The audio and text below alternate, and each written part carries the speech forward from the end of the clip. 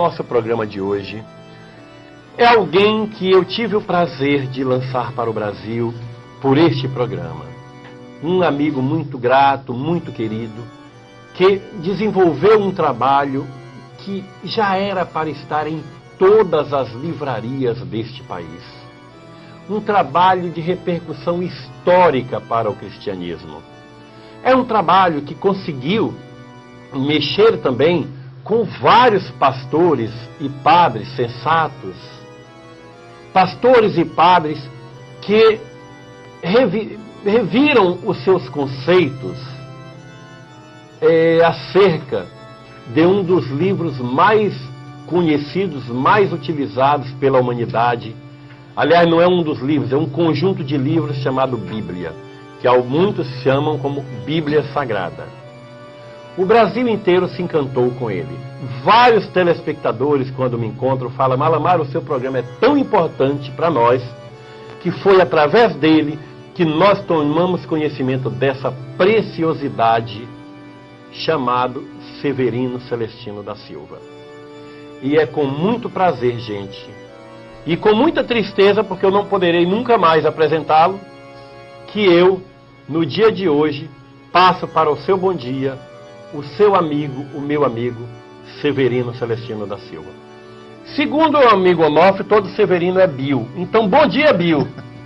Bom dia, Lamar. Bom dia, queridos ouvintes do meu Brasil, querido.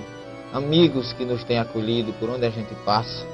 Nós gostaríamos de, neste momento, solidarizarmos com o apelo do Alamar, porque quem tem caminhado no Brasil, como eu, de norte a sul, tem sentido o quanto o Alamar é querido, o quanto esse programa é importante, não para o Celestino, não para o Alamar, mas para a doutrina espírita, que é o veículo maior dos nossos objetivos.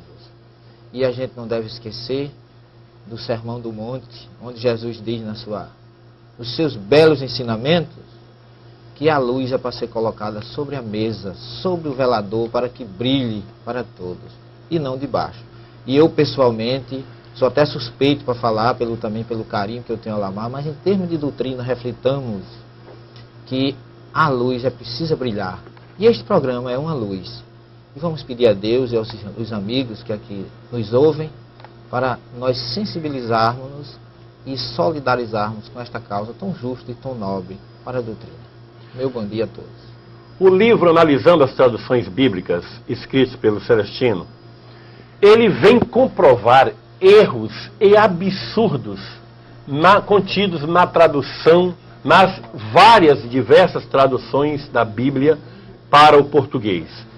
Este é o livro o qual eu tenho falado durante muito tempo, eu tenho feito questão de anunciar, de divulgar, porque valorizo demais esse trabalho.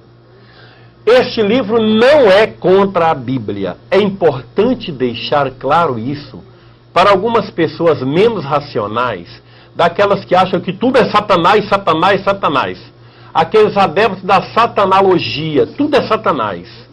É importante convidar que algumas pessoas raciocinem, parem de ter minhoca na cabeça e procurem conhecer a obra antes de julgá-la.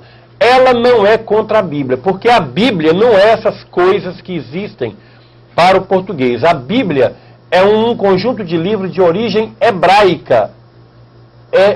Pertence ao povo judeu lá. O original é aquele sim merece respeito. Agora, acontece que, na história da humanidade, muitas sujeiras e cachorradas, esses são termos meus, que eu não abro mão, foram feitos que envergonharam a história das religiões na humanidade. E entre essas atitudes desonestas, mesquinhas e sem vergonha, estão muitos crimes, muitas torturas, tudo em nome de Jesus, muita exploração comercial das pessoas em nome de Jesus, e, para variar, muitas adulterações cínicas e irresponsáveis e inconsequentes. Porque quando o grupo é bandido, é mau caráter, ele não pensa duas vezes antes de aplicar a sua atitude leviana. E isto aconteceu também, infelizmente, num dos livros mais sérios do mundo, no conjunto de livros chamado Bíblia. E é isso que Severino vem mostrar aqui. Severino vem mostrar, através deste livro, que no original hebraico está dito uma coisa e em diversas traduções para o português dizem outra totalmente diferente. Não se realizando traduções, e sim interpretações conforme conveniências. Há uma tradução chamada A Bíblia na Linguagem de Hoje, que, ao meu ver, é uma iniciativa mais pornográfica do que mais pornográfica dessas revistas que existem nessas bancas de revistas por aí, por esse Brasil. Mas quem vai falar sobre isso é ele. E eu quero perguntar para o Severino, como é que tem sido a repercussão desse seu livro? Aliás, primeiro, o que levou você a escrever esse livro, Severino? Alamar, nosso objetivo foi exatamente, para quem não sabe da minha história, eu sou um ex-seminarista, eu acompanho a Bíblia há mais ou menos 37 anos, desde 1964, e à medida que eu fui me aprofundando nos textos originais, eu fui vendo que havia muitas discrepâncias entre o que está no original e o que a gente encontra no português. E se você fizer uma análise da história, você vai ver que a Bíblia ainda hoje é originariamente escrita em hebraico, e a história das traduções da Bíblia mostra que até o século III antes da nossa época, ela era originariamente hebraica. Mas aí no século III antes da nossa era, um rei egípcio, Ptolomeu Filadélfio, ele tinha, ao construir a famosa biblioteca de Alexandria, ele tinha todos os livros em grego e não tinha a Bíblia. E aí ele pediu ao sumo sacerdote que enviasse tradutores para realizar essa tradução. E foi aí que começou tudo. E essa tradução foi feita durante 72 dias, na Ilha de Faros, 72 tradutores se isolaram em cada sala, e disse que as 72 traduções ficaram exatamente iguais. Mas acontece que os rabinos e o próprio Talmud dizem que a Bíblia não pode ser, vamos dizer assim, traduzida no seu sentido original para uma outra língua, sem haver uma corruptela, sem haver uma alteração. E por isso eles consideram o dia da tradução da Bíblia para outra língua, um dia, eles dizem que foi semelhante ao dia em que os hebreus construíram o bezerro de ouro no Monte Sinai. Porque a Bíblia é um livro que dificílimo de você transcrever numa outra língua se você não conhecer o significado original do seu texto. Portanto, ainda para os rabinos, a terra se cobriu de luto por 3 dias no dia que a Bíblia foi traduzida. E o que a gente tem observado, Alamar, é que as pessoas que traduzem a Bíblia, nem sempre eles têm aquela preocupação de voltarem ao passado e entrarem, vamos dizer assim, na personalidade, na situação em que determinado texto foi escrito. Por exemplo, você encontra hoje pessoas dizendo que o Deuteronômio 18 condena o espiritismo. Tá certo? E aí você analisa o seguinte, eu sempre peço para as pessoas, ao sentarem e ao abrirem uma Bíblia, ao ler um versículo, refletir sobre em que época foi escrito, para quem foi escrito e por que foi escrito. Se você não fizer essa análise, você vai analisar completamente diferente. Mesmo porque o próprio judaísmo hoje sabe e adapta as situações daquela época a uma realidade atual. Portanto, a Bíblia não pode ser literal, pessoal e unilateral. Jamais. Ela tem que se envolver de uma série de análise histórica, religiosa, psíquica, moral, do momento em que ele foi escrito. Às vezes as pessoas me perguntam, ainda alguns protestantes, vamos dizer assim, mais eufóricos, quando eu me declaro espírita, eles perguntam, e você já leu Deuteronômio 18? E eu retorno a pergunta dizendo assim, eu não li, eu estudei. Quem leu foi você, porque se você tivesse estudado, não estaria me fazendo essa pergunta. Porque o Deuteronômio 18 jamais poderia ter sido escrito para os espíritas nem para os médios, porque foi escrito há mais ou menos 4.000 anos atrás. O espiritismo tem 144 anos, então não poderia. Um texto escrito para um povo no Monte Sinai, basta que você veja o seguinte, que o Deuteronômio 18, ele começa dizendo assim, quando entrares na terra que o Senhor Deus te deu. Ora, quando quem entrar? Os hebreus. Não aprendas as abominações daquela gente. Ou seja, a recomendação que Moisés está fazendo para o povo é para o povo judeu. O que é que nós espíritas, 5.000 anos depois, temos a ver com isso? Absolutamente nada. Então as pessoas não refletem, não raciocinam. Se está falando daquela gente, quer dizer, para outra gente outra gente que Josué ia levar na terra de Canaã. Por exemplo, não aprendeu essas abominações dos cananeus, dos filisteus, dos amorreus, dos amalecitas, daquele povo que habitava a terra que Josué ia levar o povo. E o que é que nós espíritas temos a ver com isso? Ou seja, o Deuteronômio 18, hoje, se você for analisar, ele não serve mais nem para o judeu. Porque aquilo foi uma recomendação para aquela época. Porque Moisés sabia que Josué ia entrar na terra de Canaã, trazendo um povo com vícios do Egito, e que poderiam, pela idolatria, pelo politeísmo que os egípcios desenvolviam, eles poderiam agora assimilar os erros daquelas novas nações, né, que eles chamam Goim, que é o estrangeiro, é o povo, vamos dizer assim, não judeu, o gentil, como Paulo chamava. Então, Moisés está fazendo uma recomendação para o povo hebreu. E as pessoas dizem que ele está fazendo para os espíritos, para os médios, que jamais poderiam nem existir naquela época, nem esse termo médio, espírito, espiritismo, que está no Deuteronômio 18 em português, não existe no original. Quer dizer, foi, como costuma dizer um professor amigo nosso, que é professor Abraham Avidão, judeu, ele disse que a Bíblia não tem traduções, tem traições. Eita, quer dizer que não tem traduções, tem traições. Traições. Né? E ele diz, pessoalmente, eu não leio a Bíblia em português, porque está repleta de erros. Quer dizer, as pessoas às vezes acham que o que nós estamos fazendo é algo irresponsável. Eu queria ainda fazer uma colocação, Alamar. Esse trabalho tem menos de 2 anos de publicado. Já está em sua 3ª edição. Revista ampliada com o prefácio de um judeu, que ele, como é que se diz? Ele faz todas essas observações. E ele diz que concorda plenamente com o que nós colocamos aqui. O que faz com que as pessoas que pensam que nós fizemos algo irresponsável se esquecem, antes de mais nada. O que eu vou dizer aqui é uma questão pessoal. Eu sou professor pesquisador, sou professor universitário, sou mestre especialista e doutor em odontologia e apliquei o meu conhecimento de pesquisa nesse trabalho. Ele agora já saiu com 113 referências bibliográficas. Não é um trabalho de achismo. É um trabalho de percrição, de ir à fonte, de saber realmente comparar o que foi escrito naquela época com o que tem hoje em português. Então não é algo que eu esteja fazendo aqui para aparecer, nem graciosamente.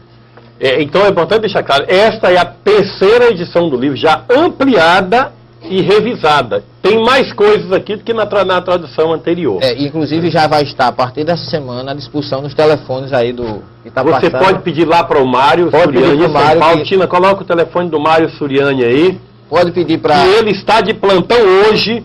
Inclusive está num papel melhor, aquele papel amarelinho, como é o nome disso aqui? Papel, como chama, areia, né?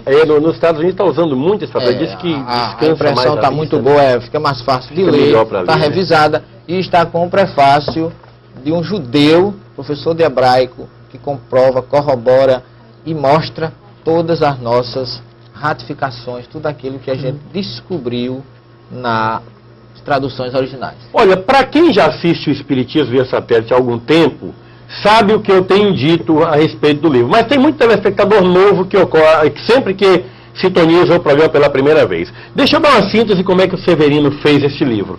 Ele pegou uma determinada questão, o versículo ou o capítulo, no hebraico, colocou aqui nas letras hebraicas, aquelas letrazinhas que eu não consigo ler, acho que 99,9% dos brasileiros também não conseguem ler.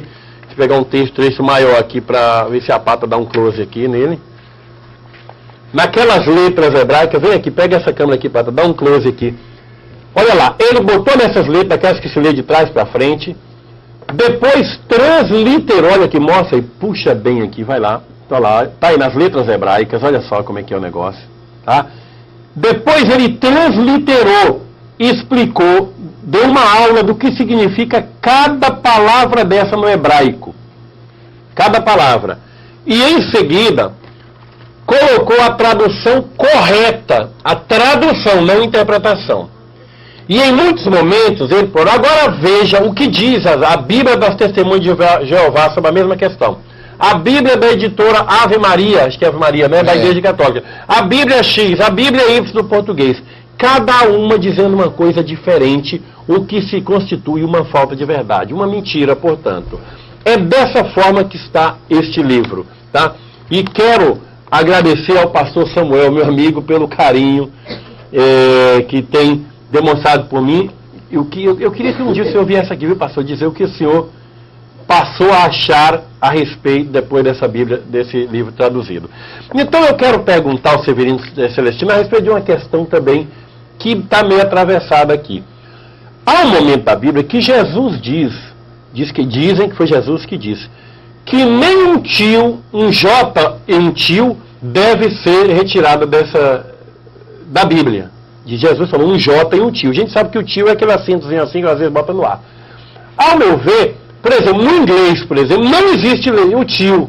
Como é que fica, então, na Bíblia americana, vai ser tirada essa citação de Jesus? Como é que fica isso, Celestino? É aquilo que eu sempre costumo dizer. Ao você fazer uma tradução de um texto, você tem que retornar o espírito da época e o local que ele foi escrito, para quem foi escrito, respeitando, sobretudo, a língua em que ele foi escrito. Esse texto que você está falando está no Evangelho de Mateus, no capítulo 5, no famoso Sermão do Monte, pronunciado por Jesus lá à margem do lago de Genezaré, o mar de Tiberíades, lá na Galileia. Ora, Jesus usa um termo, ele diz assim, Lo tavô iudehad min hatorá. Essa é a frase hebraica. Ele diz, não passará um só iude da Torá. Ora, como o hebraico não possui tio nem jota, jamais Jesus poderia ter dito, não passará um só tio ou jota. Quer dizer que o hebraico não tem nem tio e nem jota? Não existe. São 22 letras, que são mais símbolos do que letra. Você não pode nunca ver uma letra hebraica como um som vocal, com uma letra como a gente tem um B, em português é um B, em bola, em bateria, em bota, tudo bem. Mas em hebraico não. Cada letra, além de ter um símbolo com vários significados, ainda tem um número que corresponde a cada letra. É assim? Então, as traduções que colocam, não passará um tio ou um J, está dizendo algo que Jesus nunca falou. Então inventaram. Criaram porque o certo seria colocar assim na tradução, não passará um só iude da Torá, e aí colocar lá embaixo no rodapé, iude, menor letra do alfabeto hebraico. Aí a tradução estaria correta. Mas Jesus disse isso em relação ao iude, ele falou? Falou iude. Falou iude. Mas não aparece tio ou J. Então tio ou J é pouca vergonha, é falta de vergonha. Ou seja, cada texto que você for traduzir, você tem que analisar de onde ele vem, por que foi escrito, quando e para quem. Nós vamos tecer comentários ainda sobre isso daqui a pouco, quando a gente vai falar um pouco sobre o Sermão do Monte. Aí a gente vai tecer alguns comentários nesse sentido. O Celso Alves, de Goiânia, Goiás, pergunta qual a receptividade do seu trabalho no Brasil? O nosso trabalho tem sido de uma receptividade muito grande, graças a Deus. As pessoas têm comungado com a nossa opinião, principalmente aqueles que não são sectaristas, aqueles que veem Deus como vamos dizer assim, um ser misericordioso, infinitamente justo e bom. Eu tenho andado esse Brasil desde Açailândia, Imperatriz, Recife, o interior de Pernambuco, Natal, o Brasil como um todo, até Gramado nós tivemos. E as pessoas têm demonstrado um carinho muito grande. E eu tenho encontrado situações até, Alamar, que eu diria assim, interessantes, que eu acho que vale a pena ressaltar. Eu estive na cidade de Açailândia e nós fizemos uma conferência lá numa jornada que houve. E quando terminou, anunciaram a presença do padre Danilo. E você sabe que a gente sabe que alguns padres têm um certo sectarismo com relação à doutrina espírita. E aí o padre Danilo veio conversar conosco, trouxe um trabalho, um livro nosso, autografou, nos colocou muito à vontade e disse uma coisa que ficou bem marcada no meu coração e na minha mente. Ele disse o seguinte: as religiões são como um círculo em torno de um núcleo central que é Deus. Toda vez que nós caminhamos para Deus, as religiões desaparecem. E ele olhou para mim e disse, eu creio que eu e você, nós estamos nesse caminho. Portanto, não é um princípio religioso que vai nos separar de maneira nenhuma. Parabenizou pelo meu trabalho, inclusive pela versão do Pai Nosso que nós tínhamos apresentado, e ainda veio tomar café conosco no centro no domingo. Então eu acho que o Padre Danilo deu uma lição de ecumenismo e de receptividade muito boa. Aliás, lá em Açailândia, eu já estive lá 2 vezes. Tem o Raí, que é do SBT, que sempre nos leva lá para a entrevista, o Dorival, que é uma pessoa que é ligada às comunicações, e tem dado um apoio e um carinho muito grande que vale a pena registrar. Olha, tem uma pergunta aqui do Henrique, de Juiz de Fora, Minas Gerais. Deve ser crente o Henrique. Explique a passagem, ao homem é concedido morrer somente uma vez. E outra passagem, quem está no inferno não poderá passar para o céu. Passagem do rico e do pobre. De onde se tira que Jesus pregava o Espiritismo? E claro que Jesus não pode ter pregado o Espiritismo nunca, meu amigo. Se o Espiritismo só tem 142 anos, como é que Jesus ia pregar o Espiritismo? O Espiritismo foi criado em razão de Jesus, o ensinamento de Jesus. Não teria sentido. É só uma questão de raciocinar, meu prezado amigo. Mas vamos que Severino fale sobre o assunto. Como é o nome dele? Henrique, de Juiz de Fora. Querido Henrique, você tem que refletir quem é maior, se é Jesus ou se é Paulo. Paulo fala que só se morre uma vez, o que não tem nada a ver, contrário à reencarnação. Por quê? Porque Paulo não disse que não se nascia mais de uma vez, porque Jesus disse, aquele que não nascer de novo, não entrará no reino dos céus, está lá em João 3. E segundo, Paulo diz que a gente morre uma só vez, e em seguida vem o juízo. Paulo não disse que a gente fica dormindo esperando a ressurreição, como muita gente acredita. Paulo era da tribo de Benjamim, era um fariseu e era reencarnacionista. Quem morre uma só vez é o nosso corpo. O nosso espírito continua imortal e volta várias vezes, porque ainda te lembro, foi Jesus quem disse em Mateus 11:13, referindo-se a João, que era ele, o Elias, que devia voltar.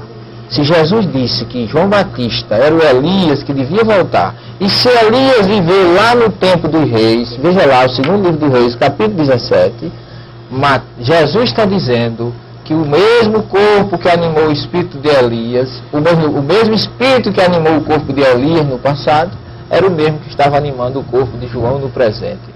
E se Jesus disse, quem quiser ser contra ele, seja. Eu não tenho coragem.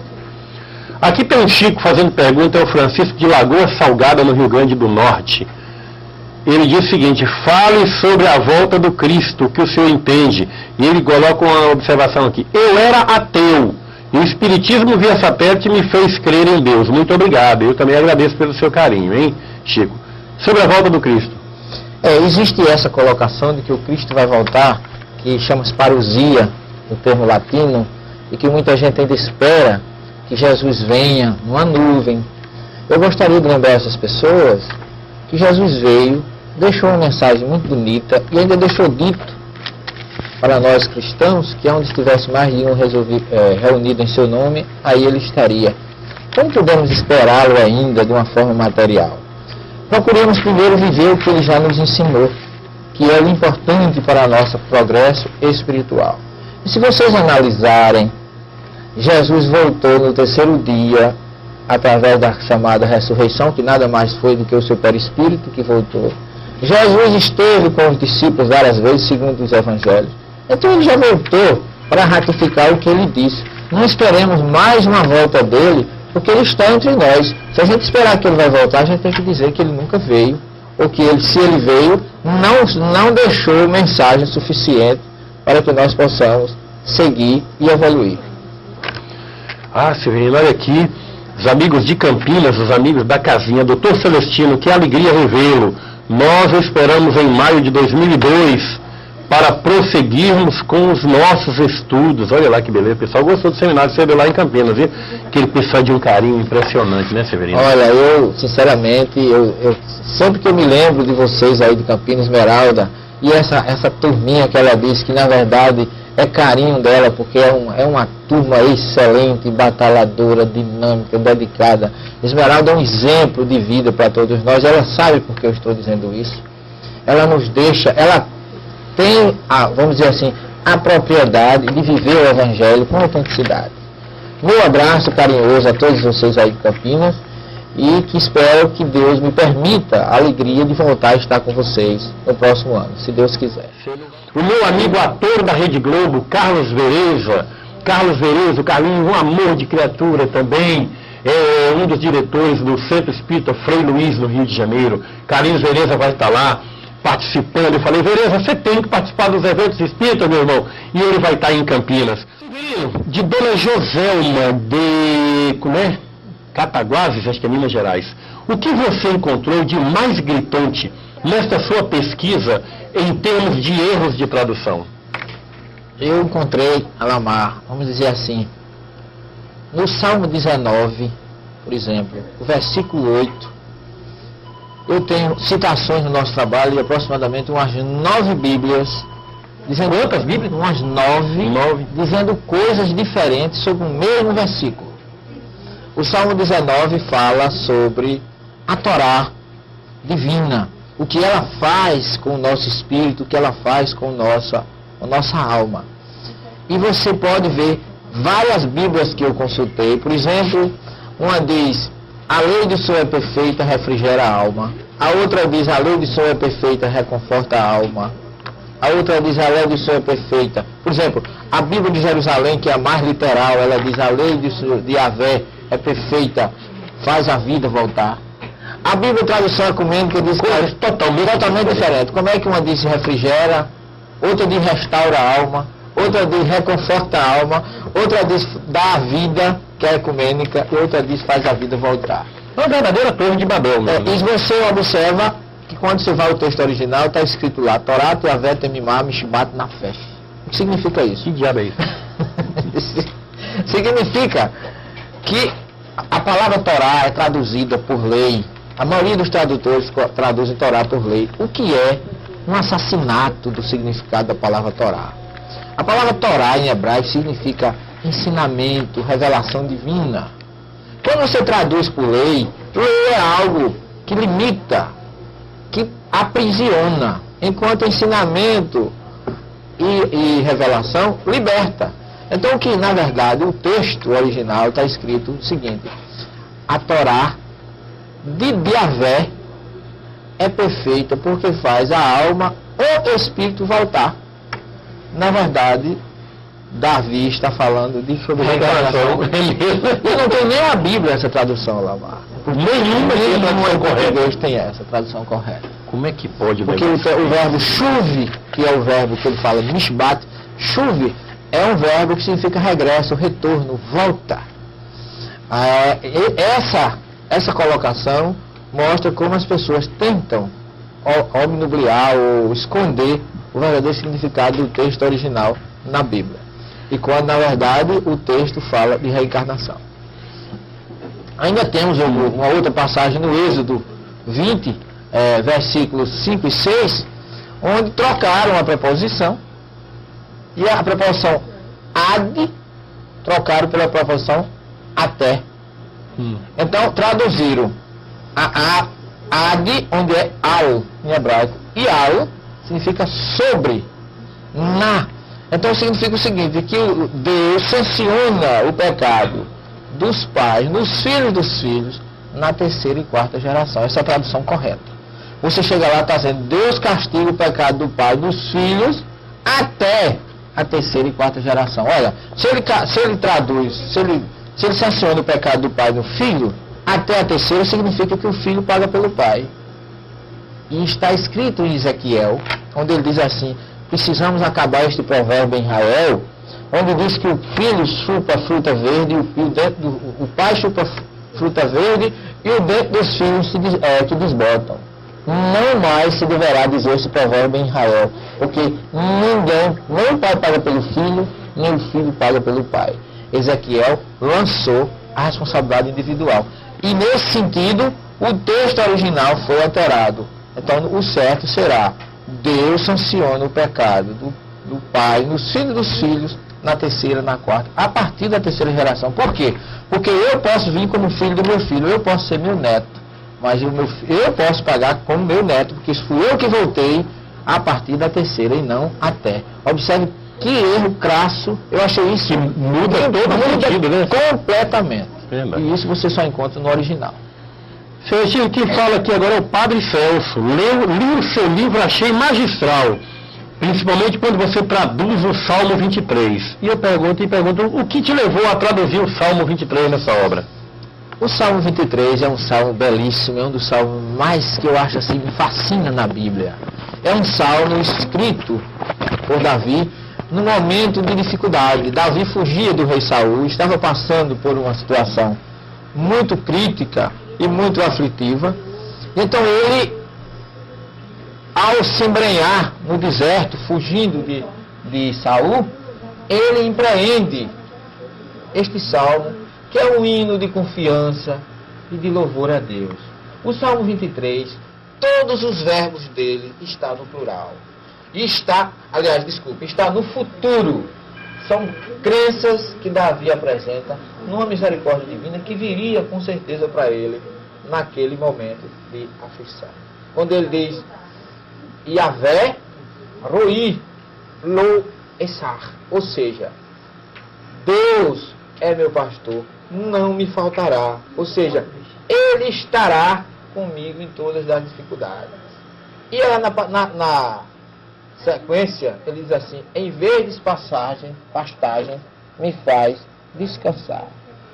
Para as águas tranquilas me conduz, fazendo minha alma retornar. Ou seja, Davi está falando aí sobre reencarnação, sobre o repouso tranquilo que a nossa alma encontra ao retornar na forma reencarnacionista no útero materno. Os gregos acreditavam nisso, que eles, segundo eles, o Hades com H, o inferno, ou Sheol, como chamam os judeus, é uma região em que a pessoa passa um estágio e depois volta.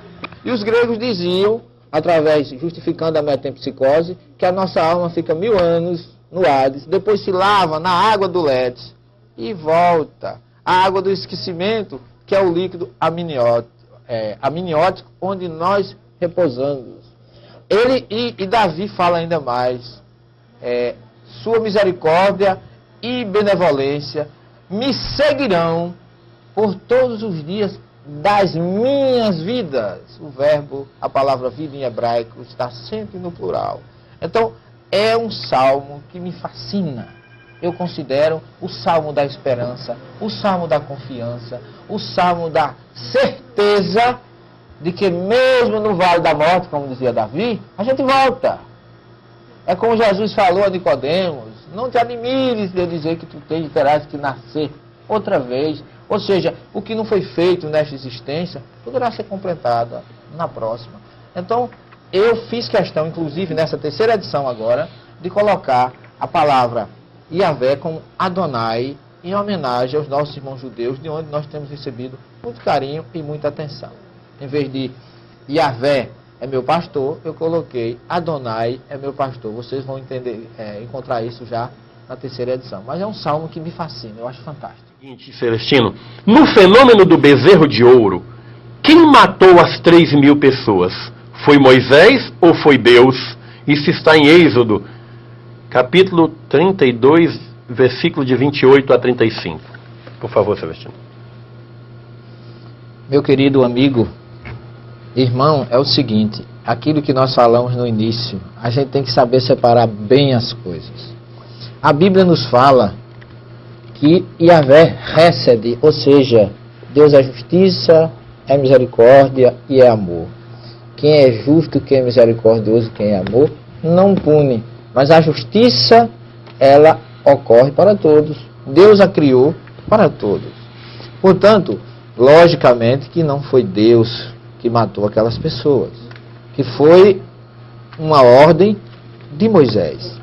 Mas a gente tem que analisar e saber separar muito bem essas coisas. Moisés era um grande médium, como todos nós espíritas sabemos, que a grande parte, como diz Kardec, todo aquele que sente em grau qualquer a influência dos espíritos é médium. E o médium tem altos e tem baixos, tem vibrações positivas e vibrações negativas, vibrações superiores e vibrações inferiores. Com certeza, naquele momento, Moisés estava vamos dizer assim, num clima e numa situação de vibrações inferiores. Porque uma das coisas que está no Esdras Brot, ou seja, os 10 mandamentos, é não matarás. Então ele não teria que ter, na minha opinião, realizado aquele tipo de coisa. Ele teria que ter procurado esclarecer aquele povo e não destruir. É uma das outras contradições, né? É verdade. Pois é. Alamar, bom dia. O programa está cada vez mais interessante. Deixa eu puxar aqui. Meu Deus do céu, trabalhar com isso aqui. Todo programa de televisão tem um câmera, mas nós não temos dinheiro, não temos gente, então tem que ser aqui no dedo, né? O programa está cada vez mais interessante, apresentando assuntos do maior interesse dos espíritas. Gostaria que divulgasse o terceiro encontro espírita de Ourinhos. Será realizado no dia 13 de outubro, com início às 16h30, com palestras e apresentação de coral. Acontecerá no Centro Espírita Fraternidade e Justiça. Ficamos gratos e enviamos a você e a sua equipe um fraternal abraço. Maria Célia e Paulo Ribeiro Júnior, de Ourinhos, São Paulo. Muito obrigado pelo carinho. Eu gostaria tanto de ter uma sessão, de ter uma outra pessoa aqui, uma moça, um rapaz, para anunciar esses eventos. Eu peço desculpas a vocês, telespectadores, que pedem eventos para gente divulgar. É que a gente não tem gente aqui para organizar tudo isso. Agora tem a Luciana e o menino aqui que estão dando ajuda inestimável para nós aqui para receber essas perguntas. Senão nem isso a gente tinha para cá, entendeu? Não é fácil. Eu queria muito poder divulgar mais os eventos, falar mais de tantas pessoas carinhosas deste país. De Sorocaba, Maria do Carmo, Sorocaba e São Paulo. Maria do Carmo, sobre Coríntios 15, batismo pelos mortos. Batismo pelos mortos? Eu nunca vi. É isso. Eu teria que ver a colocação. Peraí, eu acho que tá meio. Não, essa pergunta não está bem formulada, não. Deixa eu ver. Não sei se a menina na. Cadê, meu Deus do céu?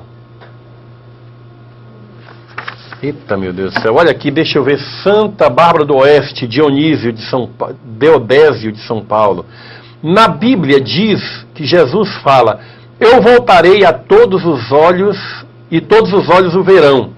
Comente essa passagem. Sou admirador do Severino e acredito muito nele.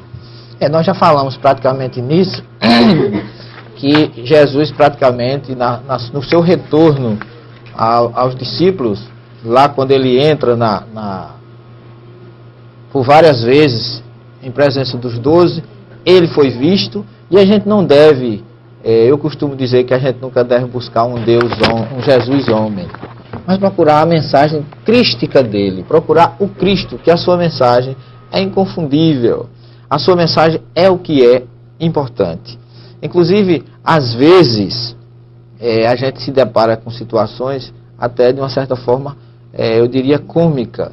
E eu teria um fato aqui para narrar, para esclarecer mais ou menos como as pessoas veem Jesus como homem e não como Cristo, com a sua mensagem. Que a palavra Cristo vem do hebraico Hamashiach, que significa ungido. Todos os profetas foram ungidos. Todos os reis, aliás, de Israel foram ungidos. Saul, Davi, Salomão, Samuel era quem ungia esses reis. E Jesus é considerado ungido de Deus, o Hamashiach, ou Cristo, como é o termo grego. Mas em determinada ocasião eu ministrei um curso lá numa cidade, e ao sair um pastor veio ter comigo que havia tido notícia do nosso trabalho. Se eu soube que você lançou um livro acabando com a Bíblia, eu digo: pastor, deve estar havendo algum engano. O senhor leu o nosso trabalho? O nosso trabalho, inclusive, tem na sobrecapa uma frase dizendo que está refletindo a essência da mensagem bíblica. Ou seja, o nosso trabalho tenta salvar a essência da mensagem bíblica, nunca destruir, como o próprio Alamar falou aqui. Ele é um trabalho que tenta tirar do texto original a essência da mensagem bíblica e nunca destruí-la. Mas ele continuou insistindo. Ele olhou para mim e disse assim: você me deixa falar? Eu digo: pois não. E ele disse: eu vou dizer a você porque é que eu não gosto dos católicos. Porque os católicos vivem rezando para os mortos, fazendo promessa para São Francisco, Santo Antônio, São José, Nossa Senhora, tudo morto. E aí olhou para mim e disse: vocês, ele alto, eu assim baixinho, né, botou o dedo de cima para baixo na minha cabeça, e disse: vocês espíritas vivem rezando para os mortos todas as semanas no centro de vocês. E eu comecei a raciocinar, e eu perguntei: e você, pastor, faz o quê? Ele disse: eu sigo a Jesus. Eu digo: está morto faz 2000 anos. E o Senhor continua chamando pelo Espírito dele todos os dias. A gente tem que procurar seguir a mensagem do Cristo, que é essa que nos liberta. e não procurar um Jesus homem. É aquela questão da gente ainda ver, ainda achar que Jesus voltando, a gente vai para o céu sem precisar morrer. É aquele lado material que todos nós temos.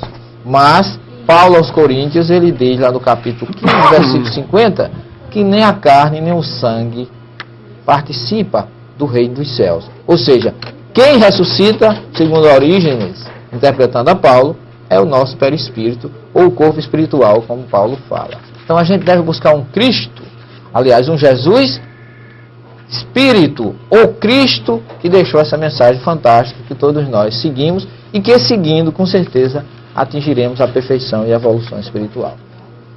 Do Elielso de Escova, Pernambuco, ele diz o seguinte: dou meu apoio ao Alamar, meu abraço, sou humilde e agora não posso ajudar, mas agradeço muito pelo programa. Mas ele faz as perguntas aqui interessantes. Pertenço ao Centro Espírita Luz nas Trevas. Tem várias perguntas. Eu gostaria de saber, Severino, quais os principais fatos bíblicos que foram modificados e que é usado contra o Espiritismo. Esse é o primeiro. Segundo, creio na reencarnação. Mas por que o Cristo falou de maneira tão oculta quando Buda e Krishna falaram tão abertamente do assunto? Terceiro, qual é o medo que a igreja tem em revisar as traduções, já que ela não mostra nenhum interesse nisso? Muito boas perguntas, muito boa. Eu queria que você até numerasse uma a uma, que eu faço questão de responder. Eu vou colocar aqui os meus óculos para...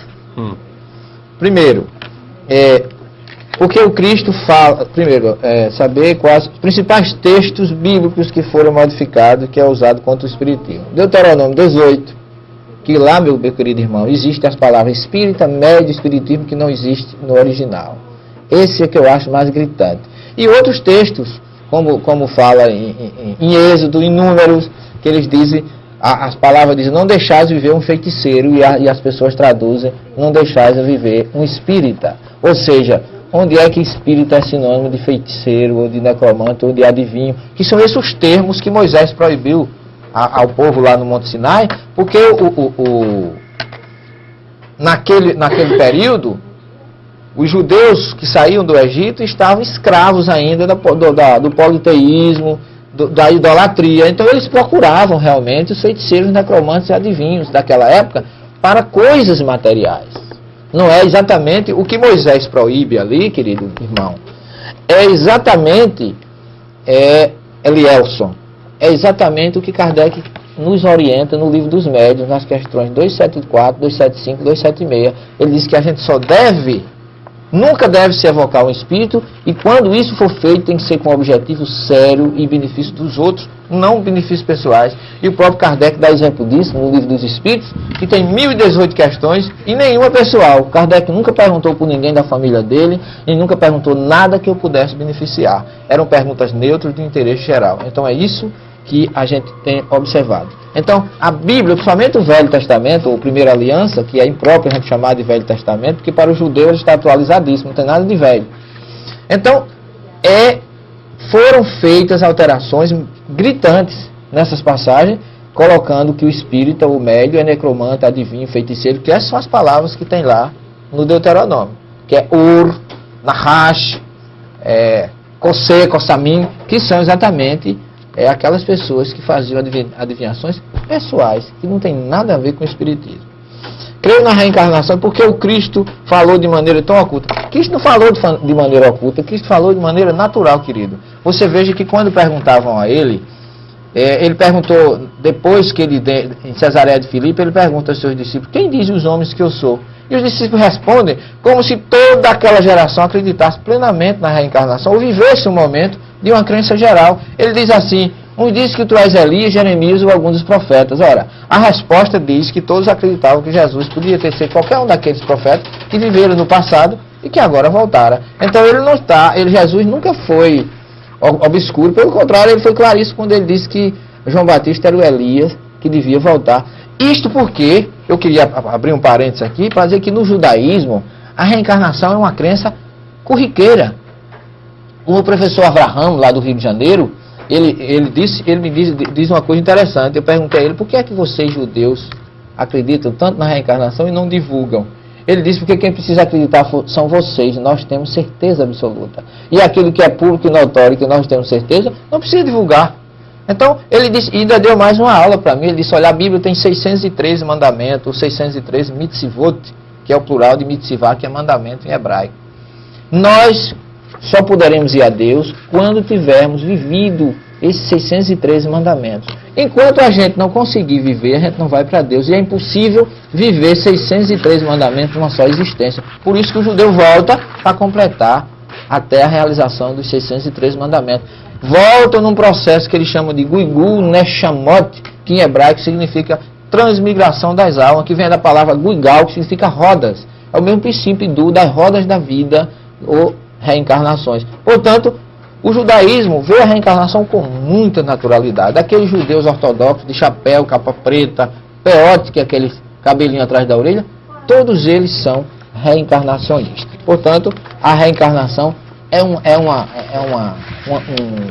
não diria um dogma, uma realidade pura e cristalina dentro do judaísmo. E o meu professor ainda foi mais além, disse, você acha que Kardec tirou a reencarnação de onde? Se não da Bíblia. Porque se a reencarnação é uma crença judaica, fatalmente ela teria que estar na Bíblia. E do Gênesis ao Apocalipse, você encontra passagens que ratificam tudo isso.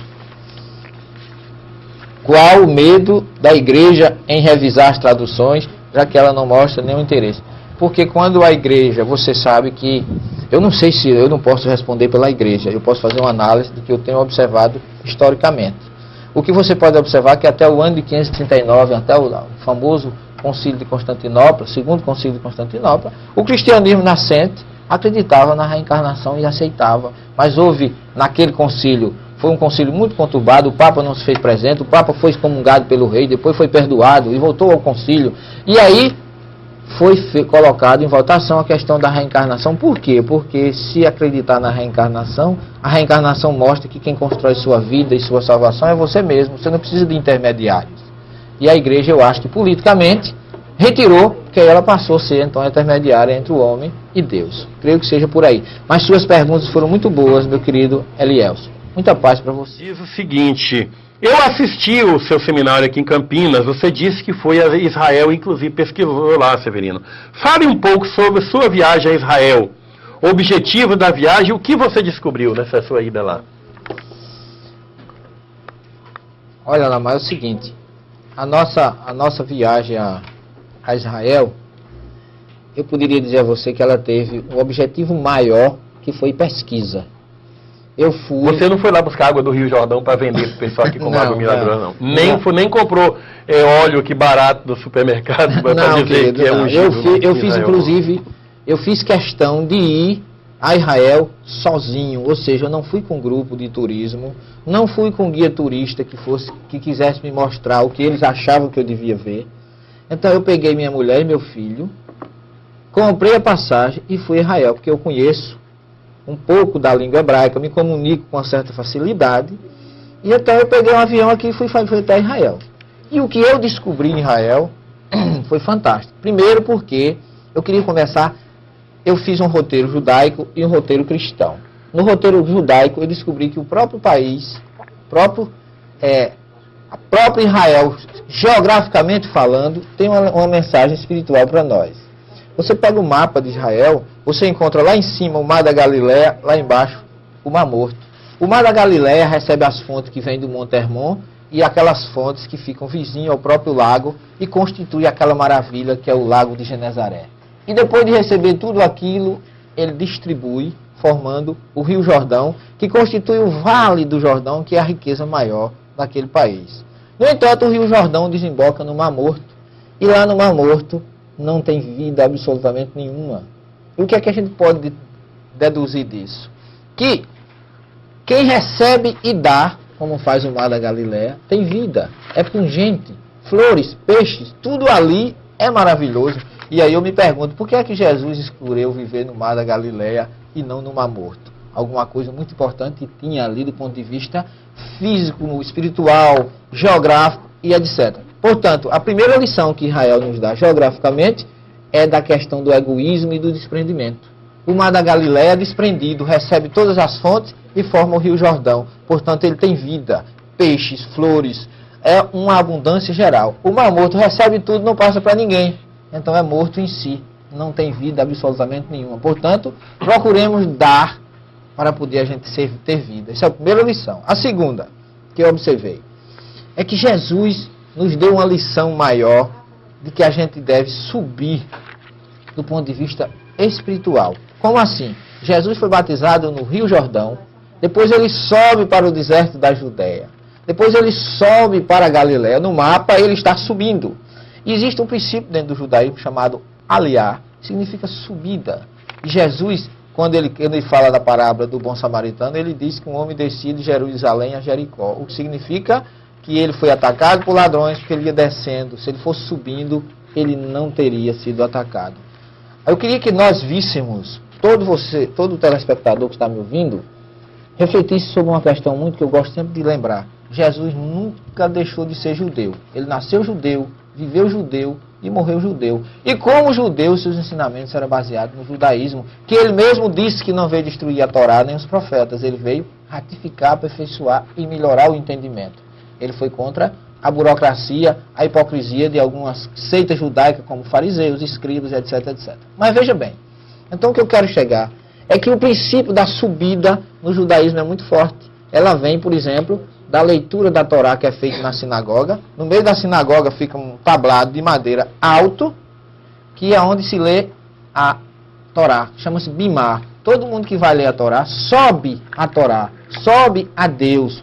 Abraão subiu o monte Moriá para oferecer o seu filho Isaque. Moisés subiu ao monte Sinai para receber os 10 mandamentos. Jesus subiu ao monte Tabor para se transfigurar, subiu ao monte das Oliveiras para orar. Ele estava sempre subindo. A última fase da sua vida foi subir a Jerusalém, onde foi condenado no Palácio de Pilatos, que fica embaixo. E aí ele subiu 14 estações, sempre subindo, e a última subida foi a ressurreição, mostrando que a gente tem que estar sempre subindo para crescer, para chegar a Deus. Quando a gente desce, isso do ponto de vista espiritual, no espiritismo, quando a gente baixa as vibrações, nós estamos passivos de obsessões.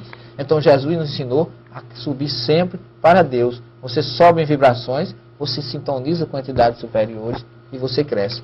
Essa é a missão espiritual que eu descobri na geografia de Israel. Agora, além disso, nós fizemos contatos lá em Israel com rabinos, com judeus, e nós estamos, em cima disso, começamos a traduzir a Bíblia.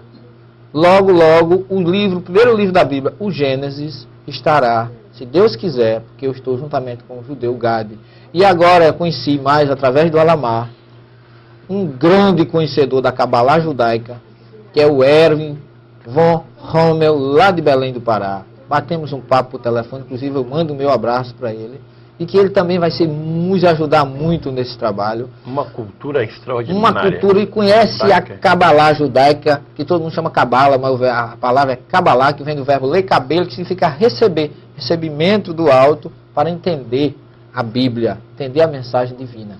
Então, nós estamos envolvidos nesse trabalho, como temos também uma outra obra que nós estamos paralelamente trabalhando nela, que é o Sermão do Monte.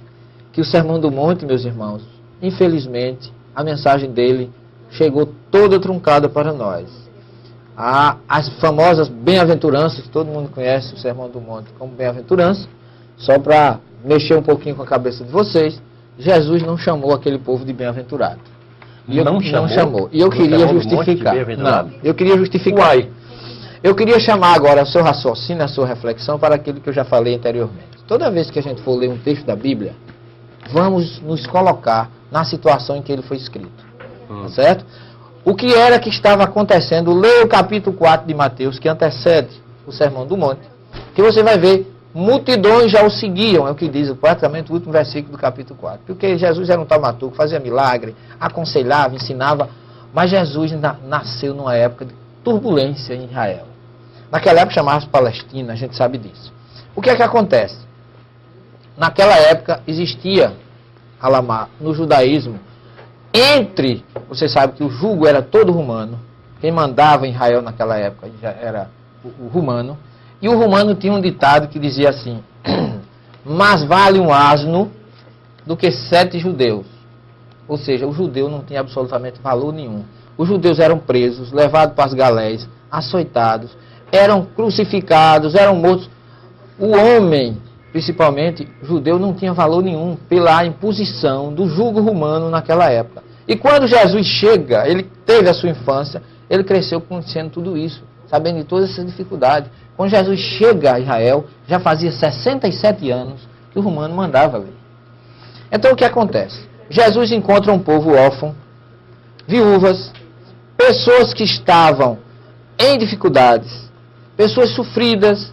Então Jesus, o Sermão do Monte era para se chamar o Sermão das Exortações, porque Jesus começa a exortar aquele povo a não desistir, mesmo diante do que estava acontecendo com ele. Imagina que eu chego no meio de uma catástrofe, felizes são vocês que estão aqui no meio, que vocês vão... É mais ou menos isso. Jesus conhecia toda a dificuldade, então ele traz para aquele povo uma mensagem de otimismo. A palavra que o grego traduziu como makarioi, que significa bem-aventurado. Makarioi, em grego, é bem-aventurado. Mas ashirei, em hebraico, não é bem-aventurado. Ashirei vem do verbo achar, que em hebraico significa caminhar, seguir em frente, seguir em linha reta, avante. Então o que Jesus chega para aquele povo e diz assim, ele encontra viúvas, órfãos, inclusive a tradução dos termos, estão todas erradas, a maioria dos versículos. Eu queria só mostrar a você aqui, eu tenho um evangelho aqui em hebraico, eu queria só dizer a você o seguinte, que Jesus não começa... O evangelho em hebraico. Eu tenho ele em hebraico aqui. Então aqui está dizendo assim, Jesus começa dizendo que Ashirei Aniei Rahuá, avante os humildes de espírito. Avante e em não marcha. Ou seja, não desistam vocês, que são humildes de espírito. Porque vosso é o reino dos céus. E aí ele mostra o seguinte, havia um reino romano ali, opressor, mas que Jesus apresenta um novo reino, que ele dizia que meu reino não é deste mundo. Ele apresenta um novo reino no alto. Um reino que ele chama de reino dos céus, em oposição ao reino da terra, que era o reino romano, que no Velho Testamento você não encontra nenhuma passagem essa de reino dos céus. Foi criado por João e que Jesus cita aqui em contraposição à opressão romana. Só para você ter uma ideia, aqui é onde diz, os que bem-aventurados os que choram, na verdade, Jesus está dizendo, a palavra hebraica aqui de Ashirei Hamitablim. E Mitablim não tem nada de que chora. Porque a gente costuma dizer... Vocês já ouviram dizer que tem gente que diz que chorou de raiva? Eu tive tanta raiva que chorei. Como é que é bem-aventurança? O que é bem-aventurança? Bem-aventurança é evolução final do espírito. É felicidade que só é conseguida lá no alto. Jesus, Alamar, não poderia chamar de bem-aventurado quem ainda não era. Seria uma inversão. Ele estaria chamando antecipadamente pessoas que ainda não eram. O sermão é todo cabalístico, é todo baseado no princípio da ação e reação. Ou seja, não desistam agora. Vós, que aqui chamam os misericordiosos, e não é misericórdia, não é os que choram, mas os enlutados. Aquelas viúvas, aqueles que estavam de luta, a palavra Hamitablim é os misericordiosos, e não os que choram. E assim sucessivamente. A palavra misericordioso, que é traduzida aqui, Jesus está dizendo aqueles que promovem a vida. E assim sucessivamente. Então nós estamos traduzindo esse sermão, conseguimos uma fonte, que você sabe que a fonte do Novo Testamento é muito difícil, mas mesmo diante da fonte que eu consegui, as diferenças são gritantes. E a gente pretende, oportunamente, de acordo com o nosso tempo, que não é muito, mostrar tanto essa primeira tradução do Gênesis, que nós estamos concluindo, juntamente com esses amigos lá de Israel, e a tradução do Sermão do Monte, que nós vamos apresentar a verdadeira mensagem espiritual e o verdadeiro ensinamento que Jesus deu para aquele povo naquele momento.